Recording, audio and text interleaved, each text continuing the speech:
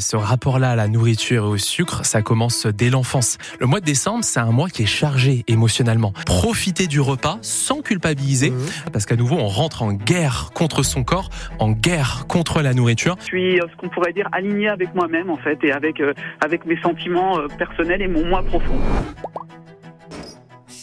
Et bienvenue chez vous, c'est votre émission où vous pouvez témoigner, poser vos questions, partager vos expériences. Alors comment profiter pleinement des repas de fête sans prendre de poids et sans culpabiliser ? Qu'est-ce que vous en pensez ? Est-ce que vous avez un plan d'action, des astuces à l'approche des fêtes ? Comment vous vivez tout ça ? Est-ce que vous êtes déjà inquiet ou plutôt rassuré ? Vous avez peut-être des astuces, vous suivez une ligne de conduite. Vous pouvez témoigner et nous appeler au 0806 0010 10. Et pour nous accompagner, on est avec Guillaume Crochat qui est avec nous. Bonjour Guillaume. Bonjour Serge. Alors spécialiste de l'alimentation émotionnelle et créateur de la méthode Kilo Libre, c'est ça ? C'est ça, exactement. Mon objectif aujourd'hui, c'est de réconcilier les auditeurs et les auditrices avec leur balance, mais aussi avec les fêtes de fin d'année. Ouais. Parce que voilà, on croit que on prend du poids parce qu'on manque de volonté à cause du foie gras ou de la bûche de Noël, mais il y a une raison beaucoup plus importante et qui est souvent cachée, profonde, et dont on va parler aujourd'hui. Bon, Guillaume qui va vous donner quelques clés. D'ailleurs, c'est le moment ou jamais où de nous appeler si vous souhaitez témoigner. On va accueillir Hélène qui est avec nous. Bonjour Hélène. Bonjour. Merci d'être là. Alors vous, vous êtes un peu stressé quand arrive la fin d'année, c'est ça, avec l'approche des fêtes ou pas ? Alors avant l'accompagnement, oui, parce que on mange quand même énormément pendant les repas de fin d'année. On n'ose pas non plus dire à nos invités non merci, on n'en veut plus, ou j'ai suffisamment mangé, ou donc souvent je terminais le repas avec des gros maux de ventre. Et maintenant, je me mets un peu en priorité en disant poliment, non, ton repas était très bon, mais j'ai suffisamment mangé, merci. Ouais. Et je respecte un peu ma satiété. Et j'appréhende beaucoup moins, et je sais que si je fais un excès, grâce à l'accompagnement, je vais peut-être faire plus de marche ou faire une séance de sport, rééquilibrer mon alimentation derrière, et surtout je ne culpabilise plus d'un tel repas, quoi. Bon, ça c'est super. Alors quand vous dites accompagnement, ce que vous suivez l'accompagnement avec Guillaume, c'est ça. Justement, oui. Une question que je pose à Guillaume, quand on fait ce genre de choses où on fait attention à son alimentation, est-ce qu'il vaut mieux pas dire aux gens, ne pas expliquer, parce que quand on commence à expliquer, oui, je fais attention, tout le monde dit, oh là là, mais c'est les fêtes, lâche-toi. Est-ce que vaut mieux dire, c'est bon, j'ai plus faim, et puis pas trop rentrer dans les détails? C'est un peu le conseil qu'on peut donner. Ça évite de se justifier, en fait. C'est ça le truc. Exactement. Et comme le dit très bien Hélène, le mois de décembre, c'est un mois qui est chargé émotionnellement. C'est un mois où on a beaucoup de pression, on est fatigué, on a le stress de bien faire, c'est-à-dire choisir les bons cadeaux, acheter le bon cadeau à la bonne personne. Il faut faire aussi parfois des efforts parce qu'on s'entend pas forcément bien avec tout le monde. Exactement. Il y en a des contraintes, quand même. Beaucoup de contraintes avec de la famille qu'on voit qu'une fois par an et qu'on veut pas décevoir. Et tout ça, ça crée beaucoup d'émotions, beaucoup trop. Donc du stress, de la fatigue, ce qui pousse en fait à se réconforter sur du sucre, sur du gras. Et les fêtes de fin d'année, c'est la profusion de sucre et de gras. Et donc on a tendance à se réconforter avec ces aliments. On en a de partout, donc effectivement, c'est comme ça. Donc vous, cette année, vous y allez plutôt tranquille pour les repas de cette fin d'année? Tout à fait. Alors Guillaume nous donne une astuce aussi que j'applique, qui est pas mal. C'est le fait de discuter. Quand on discute, on mange moins. Alors, on se nourrit, on se nourrit d'une autre façon en fait. Voilà. Ouais, et ça. Les gens viennent moins vers vous amener un plat ou autre, et hop, on discute, et hop, on passe un tour. C'est clair. On a nos petites astuces comme ça. Super. On va vous remercier Hélène en tout cas de votre témoignage, et puis on vous souhaite de belles fêtes de fin d'année, comme quoi vous allez en profiter en vous faisant plaisir, et puis comme vous le disiez, si on fait un petit excès au repas, le repas d'après on fait attention, et c'est comme ça qu'il faut plutôt penser. Merci beaucoup Hélène, merci à vous et à très bientôt. Passez de bonnes fêtes. Alors Guillaume, justement, pourquoi on mange trop pendant les fêtes ? Est-ce que c'est quelque chose, c'est un rituel, c'est une habitude ? Pourquoi ? En fait, ce dont Florence Foresti vient d'évoquer, ça s'appelle l'alimentation émotionnelle. Donc, c'est le fait de manger, non pas parce qu'on a faim, non pas parce que c'est l'heure, mais parce qu'on cherche à exprimer une émotion. Ça peut être le stress, ça peut être l'ennui du mercredi ou du dimanche après-midi, ça peut être la colère au travail, voilà, on est frustré contre une collègue. On est énervé, piocher, on veut manger du chocolat ou autre chose. Voilà, et ça c'est l'alimentation émotionnelle. On comble un manque. Voilà, on comble un manque, et des fois c'est des manques plus profonds. Ça peut être un manque de plaisir dans sa vie qu'on va combler avec du chocolat, quelque chose de réconfortant le soir devant la télé. Bref, c'est ce genre de choses. Et des fois c'est des manques plus profonds, comme le manque de plaisir tout simplement dans sa vie. Ça c'est l'alimentation émotionnelle. Et le moment de l'année où elle est le plus présent, eh bien c'est pendant les fêtes de fin d'année.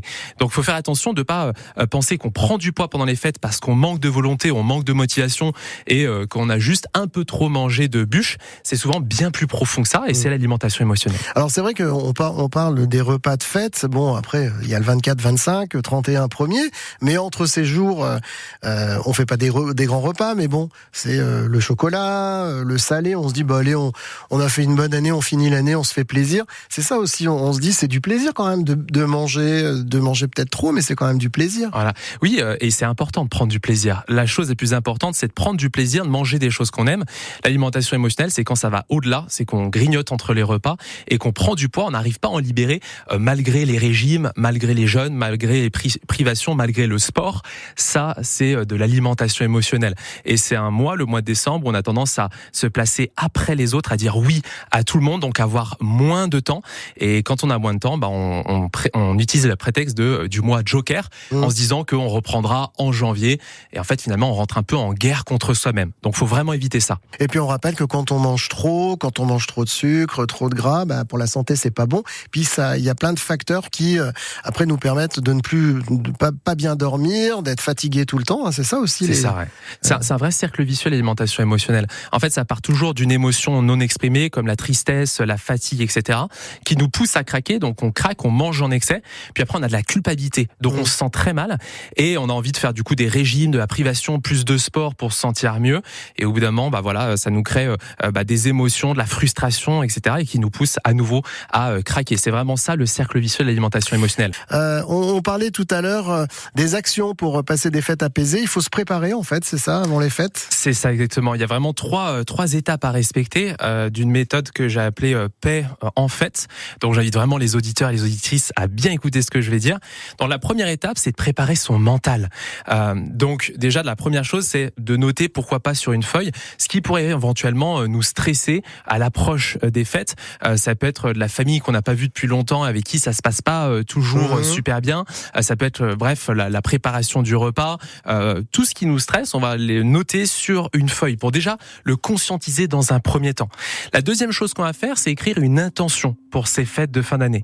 Ça peut être une phrase comme je mange avec plaisir et sans culpabiliser pendant les fêtes. D'accord. Une phrase qu'on va essayer de lire régulièrement à l'approche des fêtes pour que ça s'ancre dans notre inconscient. Non pas dans notre conscient, mais vraiment dans notre inconscient. Et la dernière chose qu'on va faire, c'est d'utiliser la visualisation. Donc de se voir passer de bonnes fêtes de fin d'année en famille, profiter du repas sans culpabiliser et que tout se passe au mieux. La visualisation, c'est vraiment quelque chose qui est très utilisé et qui est très efficace. Ça a été prouvé scientifiquement. Donc j'invite vraiment déjà à se préparer mentalement pour ces repas de fête. L'erreur, ça serait de se priver de nourriture quelques jours avant les repas de fête en se disant je vais perdre un peu de poids, comme ça va compenser les fêtes de fin d'année. Faut surtout pas faire ça parce qu'à nouveau on rentre en guerre contre son corps, en guerre contre la nourriture. Donc on évite ça. Ça c'est vraiment la première étape. La deuxième étape, c'est pendant le repas.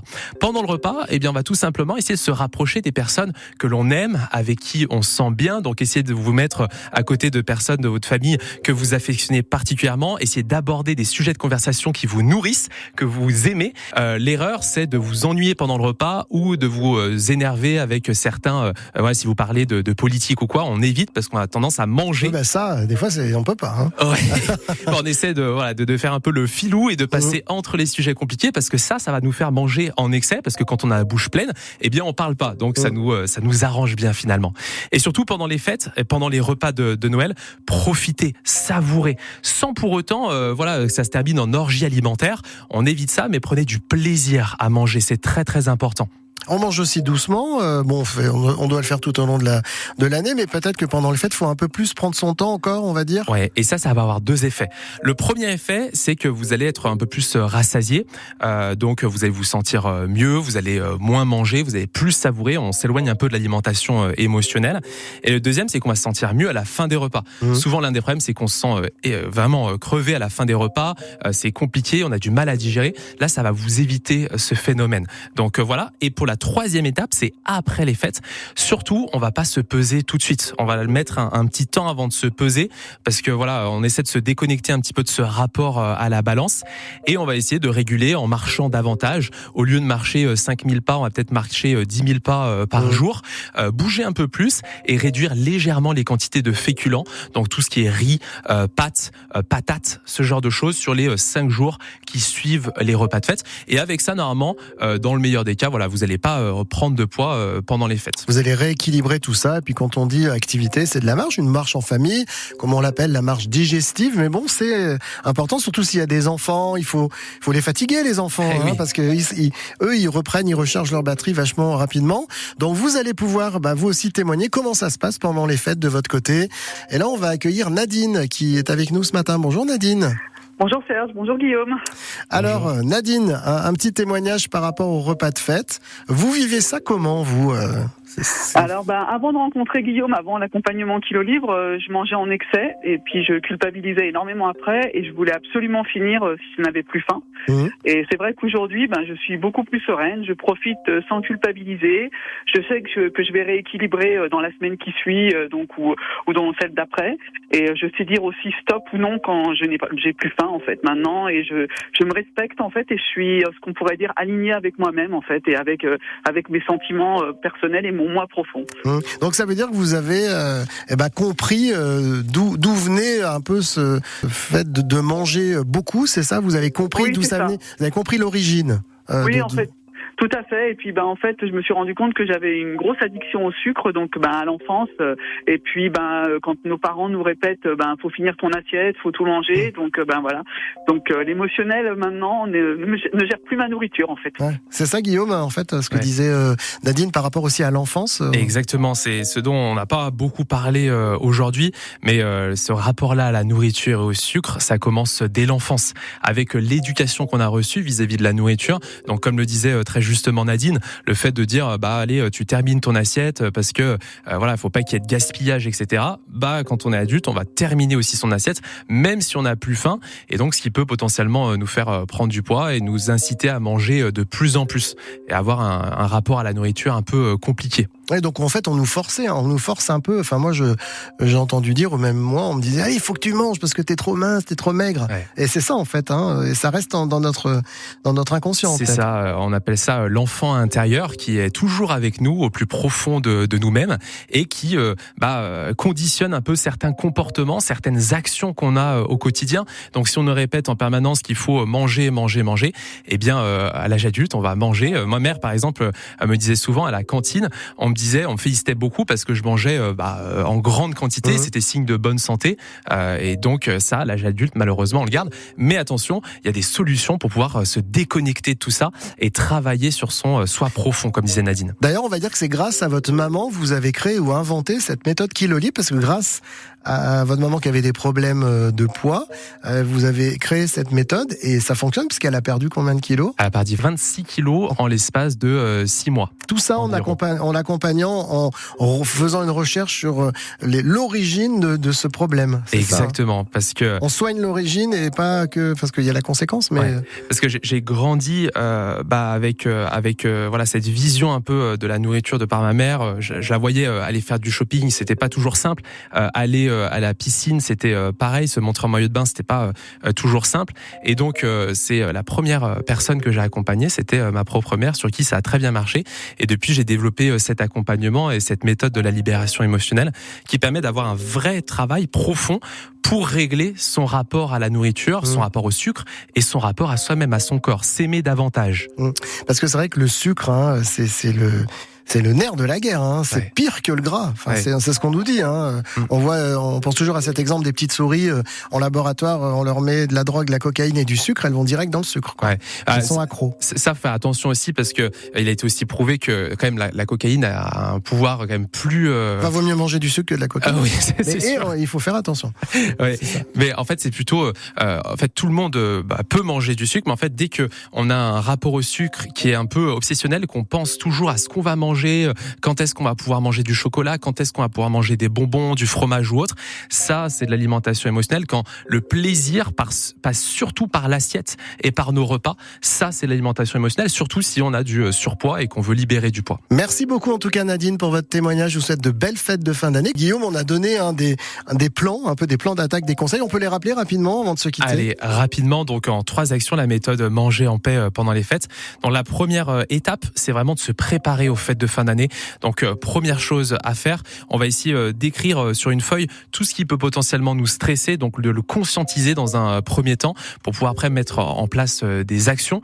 Si par exemple ça nous stresse de voir une certaine personne dans notre famille, eh bien on va essayer de se mettre pas trop proche d'elle, d'aborder des sujets de conversation qui nous plaisent, qui nous détendent. D'y aller tranquille. Faut pas qu'il y ait un petit truc qui va déclencher un problème. Voilà, exactement. On essaie vraiment de s'éloigner du stress et de l'exprimer autrement. La deuxième chose, c'est la visualisation. Donc de s'imaginer pendant le repas que tout se passe bien, qu'on mange tranquillement, sans excès, sans besoin de combler quelque chose.